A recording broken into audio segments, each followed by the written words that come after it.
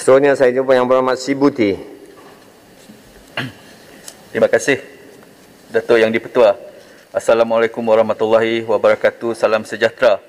Terima kasih kerana memberi ruang kepada Sibuti untuk mengambil bahagian dalam perbahasan bajet 2022 kali ini.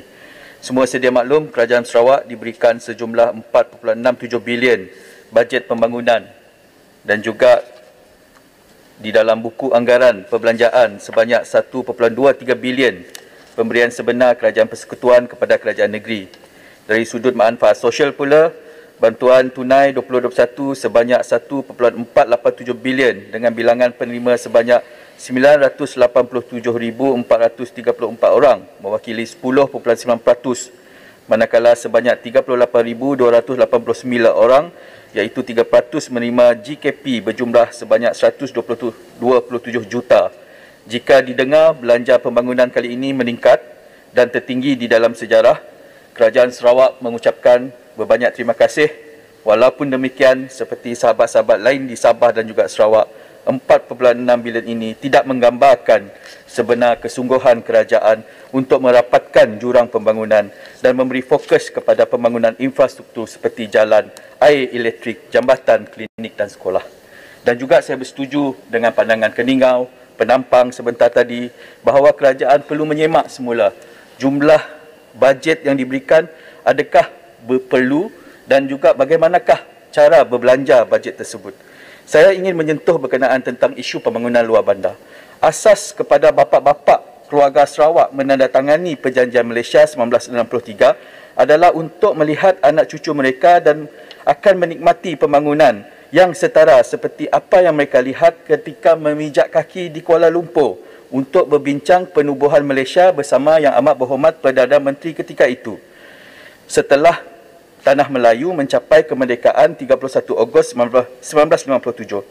Keyakinan mereka adalah dengan pembentukan Malaysia dan jaminan Yang Amat Berhormat Perdana Menteri pertama ketika itu memujuk Sabah dan Sarawak menganggotai sebuah persekutuan yang lebih makmur melalui Malaysia.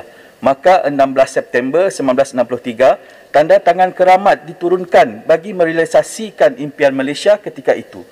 Walaupun 58 tahun telah bersama, jelas masih kelihatan jurang perbezaan yang besar dari sudut pembangunan infrastruktur di Malaysia Timur. Bukan tidak ada, tetapi pembangunan tidak mencukupi. Perbezaan infrastruktur antara Semenanjung, antara Sabah dan Sarawak sangat dirasai sebaik saja memijak kaki ke Tanah Melayu ataupun Semenanjung Malaysia ini. Semua perlu berpegang kepada prinsip bahawa Malaysia bukan hanya Kuala Lumpur. Malaysia bukan hanya Putrajaya. Yang sudah cukup membangun, ada jalan, ada sistem pengangkutan, ada bangunan pencakar langit, ada lambakan rumah yang tidak dapat dibeli dan juga serta rakyat mendapat kemudahan yang mudah. Dari Parlimen Kanga ke Parlimen Johor Bahru mengambil masa tidak sampai 10 jam. Tetapi kami daripada Parlimen Lawas ke Parlimen Kuching mengambil masa berhari-hari. Dan juga Malaysia masih terdiri daripada negeri-negeri yang belum membangun. Jauh ketinggalan dari segi pembangunan infrastruktur. Seperti negeri Sarawak sebagai contoh, mempunyai keluasan yang besar, masih mempunyai kawasan luar bandar yang jauh ketinggalan. Pembangunan infrastruktur luar bandar merupakan modal penting bagi sebuah negara. Kerajaan tidak boleh hanya memikirkan dasar ke depan sekiranya pembangunan luar bandar hanya terfokus kepada kawasan-kawasan tertentu, kawasan-kawasan menteri tertentu. Pembangunan negara sudah perlu bermula daripada kawasan luar bandar dan pinggir bandar. Jika kita merujuk kepada naskah anggaran perbelanjaan Persekutuan 2022 di dalam program ketiga, pengupayaan ekonomi luar bandar bagi outcome masyarakat luar bandar yang berdaya maju, capaian sebenar pada 2020 sekitar 63.7%. Usahawan meningkat pendapatan selepas menerima bantuan, manakala hanya 38% meningkatkan jualan. Mengapa angka ini sedemikian rupa? Ini adalah kemudahan infrastruktur luar bandar masih belum mencukupi bagi mereka meningkatkan pendapatan. Bagaimana ingin berniaga sekiranya kos pengangkutan tinggi kerana tiada jalan yang baik, jaringan telekomunikasi yang tidak berfungsi, manakala program kerajaan yang datang sekadar hanya bertanya khabar. Dalam apkan luar bandar, data cukup cantik bahawa jaringan infrastruktur jalan siap 100%. Itu yang siap, yang belum buat lagi tidak dinyatakan dengan jelas. Dalam bajet kali ini, Juga jelas kerajaan tidak peka dengan keperluan masyarakat majmuk di luar bandar di Sabah dan Sarawak. Sebagai contoh, berulang kali saya menekankan dalam ucapan sebelum ini, apakah dasar kerajaan terhadap pembangunan luar bandar khusus kepada masyarakat Dayak di Sarawak yang mempunyai konsep rumah panjang. Tiada peruntukan, secebis peruntukan pun untuk program khusus pembinaan rumah-rumah panjang seperti bekalan bahan binaan ataupun penyediaan tapak. Begitu juga komitmen bagi penyukatan tanah NCR yang tercatat di dalam RMK ke-12 pencapaian, tetapi tidak ada butiran khusus bagi tujuan tersebut untuk kali ini. Prasarana dan pembangunan infrastruktur luar bandar haruslah disegerakan. Kita melihat penumpuan rancangan luar bandar tertumpu kepada negeri-negeri di Semenanjung.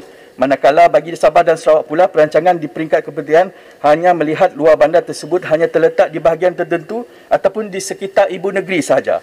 Maka saya ingin mencadangkan kali ini kepada kerajaan, sekiranya Yang Amat Berhormat Perdana Menteri dapat mempertimbangkan untuk memindahkan operasi Kementerian Luar Bandar ke Sabah ataupun ke Sarawak bagi tempoh period 10 tahun.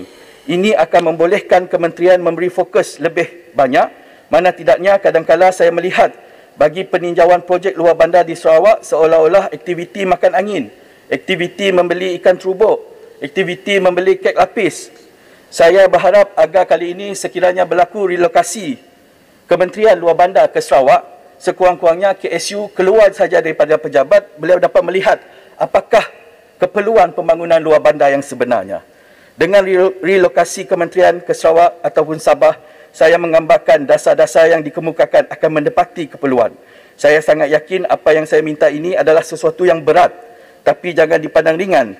Jika Yang Amat Berhormat Perdana Menteri Keluarga Malaysia berani mengambil keputusan ini, mengeluarkan arahan kepada menteri dan kementerian untuk beroperasi di luar pusat pentadbiran Putrajaya dan memfokuskan pembangunan luar bandar, pendalaman Sabah dan Sarawak serta daerah-daerah mundur di Malaysia, saya yakin kerajaan Malaysia melalui Malaysia Agreement 1963 akan terus kekal sehingga 150 tahun ataupun 1000 tahun akan datang, kerana rakyat merasa bangga pembangunan tersebut sampai di kaki mereka. Perdana Menteri yang hebat patut sedar asas kemajuan sebuah negara terletak kepada generasi muda. Maka kerajaan bertanggungjawab untuk menyediakan keperluan asas khususnya di luar bandar. Kerajaan perlu ambil berat bahawa punca kebincangan juran antara wilayah disebabkan kurangnya kolaborasi yang berkesan di antara kerajaan pusat dan negeri serta penyampaian kurang cekap perkhidmatan awam antara kedua-dua pihak. Integrasi data yang kurang baik dari sudut pemantauan dan mendapatkan maklumat pembangunan. Saya ulangi dalam ucapan RMK ke-12, kerajaan mengakui bahawa data yang kurang berkualiti di dalam sistem profil kampung peringkat nasional menghalang pembangunan luar bandar. Maka saya tegaskan, cadangan relokasi beberapa kementerian berperanan membangunkan infrastruktur dalam tempoh 10 tahun adalah sangat perlu. Begitu juga dengan peruntukan khusus diberikan kepada orang asli agar dasar ini dapat diperluaskan kepada masyarakat Penan di Sarawak serta etnik minoriti yang masih memerlukan bantuan. Saya ingin tegaskan kepada kerajaan bahawa pembangunan luar bandar bukan bertujuan untuk berbisnes ataupun berniaga, tetapi adalah tanggungjawab besar. Banyak penjimatan yang memberi manfaat pada masa depan sekiranya pembangunan infrastruktur asas dalam negara mencapai tahap seragam di semua negeri. Yang kedua adalah berkenaan tentang isu pendidikan. Terima kasih kepada Yang Berhormat Menteri Kanan Pendidikan telah sampai memijak kaki ke Sarawak, melawat beberapa buah sekolah, tetapi bagi saya lawatan tersebut tidak mencukupi. Itu hanyalah cuma sedikit sahaja permasalahan yang anda nampak di negeri Sarawak. Saya ingin bertanya sejauh mana advance payment 1 bilion bagi kontra pembinaan sekolah daif. Saya difahamkan kerajaan memberi anggaran sebanyak 147 buah sekolah sepatut dibina melalui peruntukan RM1 bilion ini. Saya sering menegaskan bahawa kementerian perlu melihat dari sudut berlainan berkenaan tentang isu pembinaan sekolah. Saya juga ingin mencadangkan kepada Yang Amat Berhormat sekali lagi bagi mengemaskini operasi Kementerian Pendidikan, saya rasa perlu desentralisasi pembangunan infrastruktur asas pendidikan Malaysia Timur tidak hanya berpusat di Putrajaya ataupun Kuala Lumpur sentrik, tetapi dipindahkan sebahagian operasi pembangunan ke negeri Sabah dan juga Sarawak. Mewujudkan jawatan kuasa, mewujudkan jawatan ketua setiausaha khusus bagi negeri Sabah dan Sarawak. Saya hanya minta tempoh 10 tahun program penempatan operasi kementerian bagi membolehkan kesetaraan bagi sekolah Daif dapat diselesaikan. Dalam konteks negeri Sarawak, kita bukan hanya meminta-minta. Sepanjang sejak daripada tahun 2019, hampir 1.4 bilion duit rakyat Sarawak digunakan untuk membina sekolah, diberikan kepada pihak persekutuan. 50 juta untuk penyambungan elektrik, 9 juta untuk penyambungan air dan juga sebanyak 60 buah sekolah di wilayah utara dibina melalui wang daripada Kerajaan Negeri Sarawak. Selain daripada itu, saya ingin membangkitkan berkenaan tentang perlunya satu platform khusus bagi Menteri Pendidikan untuk mewujudkan satu jawatankuasa khas bagi menyelesaikan masalah sekolah Daif ini secara total. Dan juga saya minta YB Menteri merancang lebih teliti mengenai lawatan akan datang ke sekolah pendalaman. Bukan hanya sekolah-sekolah pinggir bandar. Lawatan juga harus bersifat fokus dan bukan lawatan untuk membuat konten sosial media ataupun mendapat gambar-gambar yang cantik untuk dibuat naik di Facebook. Wakil rakyat setempat harus dibawa bersama, bukan hanya dimaklumkan kedatangan Menteri Pendidikan. Pergi ke pedalaman, YB Menteri. Lihat, ada guru yang tinggal di bawah kuartus. Ada pejabat guru besar dibina di bawah kuartus. Asrama yang tidak berkatil. Hanya satu deretan tilam yang disusun di atas lantai. YB Menteri ambil tahulah guru-guru yang diancam. Jika muat naik masalah-masalah ini di luar bandar, akan diberikan amaran. Selain daripada itu, Datuk Speaker, berkenaan isu kesihatan. Terkini sebanyak 89 klinik ataupun 31% daripada 283 klinik yang ada di Sarawak tidak mempunyai doktor dan dikendalikan oleh jururawat dan juga pembantu perubatan. Yang Amat Berhormat telah mengumumkan akan membina lebih banyak lagi klinik-klinik di luar bandar. Dan juga saya ingin membangkitkan kepentingan akses kepada penjagaan kesihatan merangkumi 3 perkhidmatan dan kemudahan terpenting untuk klinik penjagaan kesihatan luar bandar, iaitu kemudahan ujian makmal, kemudahan radiografi dan juga doktor. Dengan adanya ujian radiografi X-ray bolehlah dijalankan dan penyakit mengancam nyawa dapat dikesan lebih awal. Dan juga selain daripada itu, pembinaan klinik desa di Sarawak akan lebih mudah dibina sekiranya kerajaan mengambil tahu apakah masalah-masalah yang dihadapi oleh penjawat-penjawat awam kesihatan di Sarawak. Maka sekali lagi saya menjadangkan agar Kementerian Kesihatan dibahagi dua dan diletakkan sebahagian operasi kementerian dan juga menteri bertanggungjawab beroperasi di negeri Sarawak. Dan juga selain daripada itu, penempatan guru-guru, penempatan doktor-doktor, memandangkan banyak lagi doktor-doktor diperlukan di negeri Sarawak. Datuk Speaker, berikan saya sedikit masa lagi berkenaan tentang Petronas dan juga industri minyak dan gas. Minta rumuskan rumuskan. Ya, kerajaan dijangka mengutip berkaitan petroleum sebanyak 19.2%, iaitu sebanyak 42.5 bilion dan 37.8 bilion adalah sumbangan Petronas. Ini adalah wang berbilion-bilion, berkepuk-kepuk duit daripada Petronas. Apakah yang akan kami perolehi? Walaupun Petronas telah menyatakan bahawa reserve minyak dan gas hanya tinggal untuk 20%.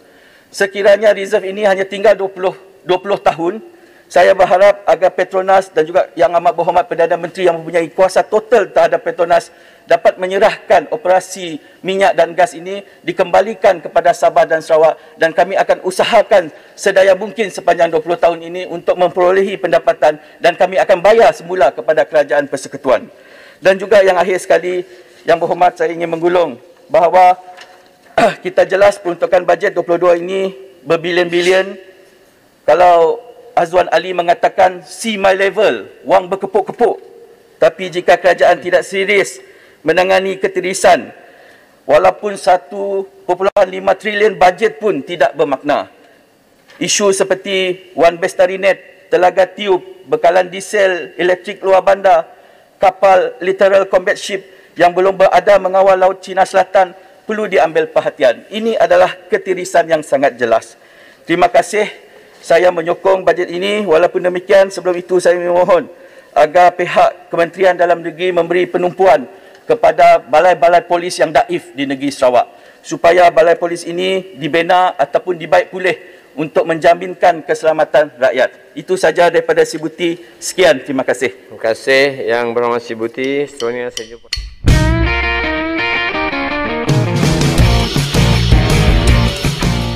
Terus jambu. From Miri. Ya Rabbi. Boleh lupa subscribe channelnya.